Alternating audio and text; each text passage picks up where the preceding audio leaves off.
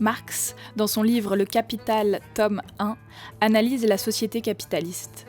Il cherche alors à décortiquer le monde qui l'entoure pour en apercevoir les mécanismes. Il s'attaque en particulier à l'économie et au rapport de production capitaliste. Dans son analyse de la société, il met en évidence un mécanisme bien particulier, celui de l'exploitation des travailleuses et des travailleurs. Ce mécanisme est singulier car Marx montre qu'il est à l'origine des profits, réalisés par les possédants des moyens de production que nous appellerons les patrons. C'est ce mécanisme d'exploitation capitaliste que nous allons tenter d'expliquer dans cette vidéo. Premier volet, la marchandise. Une bonne part de l'activité économique repose sur un rapport social basique et présent partout autour de nous. Le rapport marchand, c'est-à-dire les échanges de marchandises. Partant de là, Marx s'intéresse à l'élément fondamental et élémentaire, la marchandise. Quand on y réfléchit, on s'aperçoit que toute marchandise se présente à nous sous deux aspects, son utilité et son prix. On cherche, la plupart du temps, à acquérir une marchandise parce qu'elle nous est utile. Une casserole pour cuisiner, un téléphone pour niaiser sur Internet. Marx définit alors la valeur d'usage d'une marchandise. Évidemment, la valeur d'usage d'une marchandise varie selon les personnes. Nous n'avons pas, toutes et tous, la même utilité d'une brouette, d'un ordinateur, d'une perceuse ou de n'importe quoi. Et malgré cette utilité bien relative, il se trouve que le prix de la brouette, de la perceuse ou de l'ordinateur est le même pour tout le monde. Ce prix est une forme de ce que Marx définit comme la valeur d'échange. La valeur d'usage est donc décorrélée, au moins en partie, de la valeur d'échange. Il n'y a pas de lien mécanique entre ces deux valeurs. Regardons maintenant ce qui définit la valeur d'échange, que nous appelons prix, par souci de simplification. Pour saisir ce qu'est cette valeur, il ne faut pas considérer l'échange d'objets deux à deux, mais il faut regarder les choses de façon globale, et donc de façon sociale. Toutes les marchandises peuvent s'échanger les unes contre les autres. Il y a donc des marchandises qui en valent d'autres dans un certain rapport incarné par l'argent. Seul le rapport entre la marchandise et toutes les autres est considéré dans l'échange. Peu importe ce qu'elle est, une marchandise peut s'échanger contre toutes les autres, tant que les quantités se valent. C'est ce rapport, ce quelque chose en commun à toutes les marchandises que Marx nomme valeur. Pour résumer, nous avons d'un côté la valeur d'usage, qui mesure en quoi nous est utile personnellement une marchandise. De l'autre, la valeur d'échange et la valeur. La valeur d'échange, qui est la valeur qui permet l'échange concret entre des marchandises. Et la valeur, tout court, qui est la valeur abstraite qu'ont toutes les marchandises et qui permet de réaliser un échange. On dit alors que la valeur d'échange est la forme d'apparition de la valeur. Deuxième volet, la valeur de la marchandise. Marx explique, comme nous l'avons vu, que la valeur d'usage des marchandises dépend de celles et ceux qui les acquièrent, les consommateurs. En ce sens, ça ne peut pas être la valeur d'usage qui donne sa valeur à la marchandise.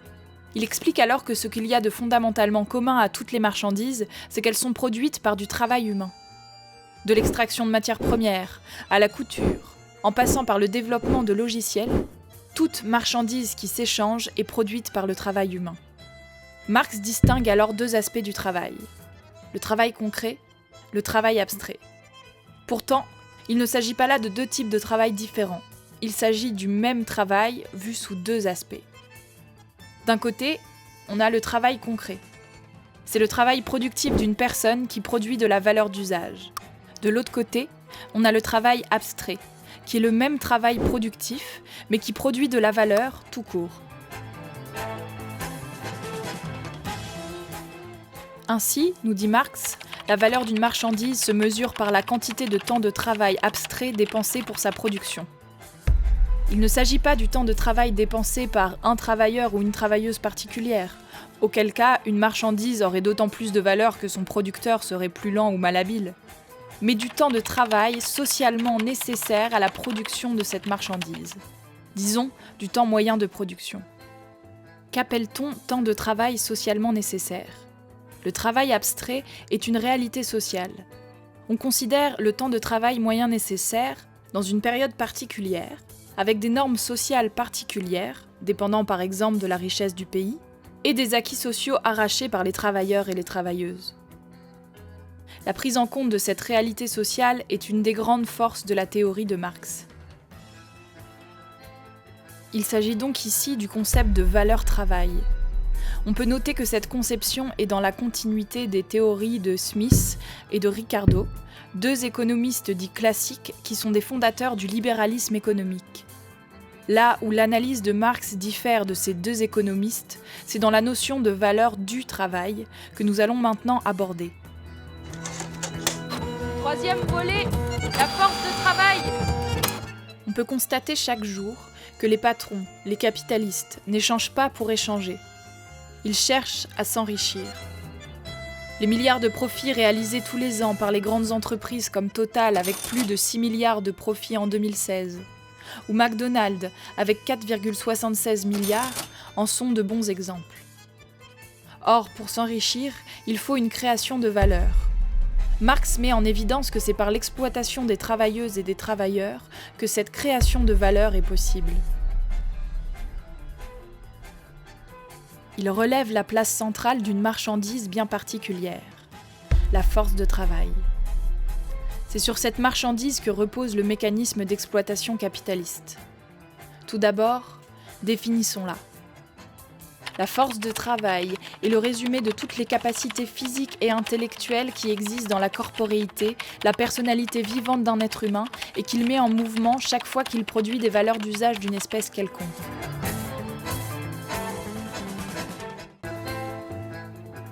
Mais comment, dans le système capitaliste, cette force de travail est faite marchandise ? Qu'est-ce qui fait que les salariés gagnent leur vie en vendant leur force de travail ? La marchandisation de la force de travail repose sur une liberté à deux faces. 1. Une liberté juridique. Le ou la travailleuse doit être libre de vendre sa force de travail sur un marché et de signer un contrat avec le patron. 2. Il faut en même temps que le ou la travailleuse soit contrainte de vendre sa force de travail. Et pour ça, il faut être libre de tout moyen matériel de production, c'est-à-dire en être dépossédé. Enfin, pour que la force de travail soit une marchandise, il lui faut une valeur. Cette marchandise ne déroge pas à la règle établie pour les autres marchandises. Il s'agit du travail socialement nécessaire à sa production, ou plutôt ici, à sa reproduction. En fait, il s'agit de ce qui permet à la travailleuse ou au travailleur de revenir le lendemain. La nourriture, un certain confort de vie qui laisse supporter ce travail comme pouvoir aller au cinéma, avoir un ordinateur. Mais aussi ce qui permet d'élever ses enfants, pour assurer de la main-d'œuvre sur plus d'une génération. Les normes sociales sont donc incorporées dans le salaire, et le salaire se fixe en fonction du rapport de force entre les travailleurs et les capitalistes, c'est-à-dire en fonction de la lutte des classes. Il y a eu, par exemple, d'innombrables luttes syndicales pour l'augmentation des salaires, pour l'obtention des congés payés et bien d'autres choses encore.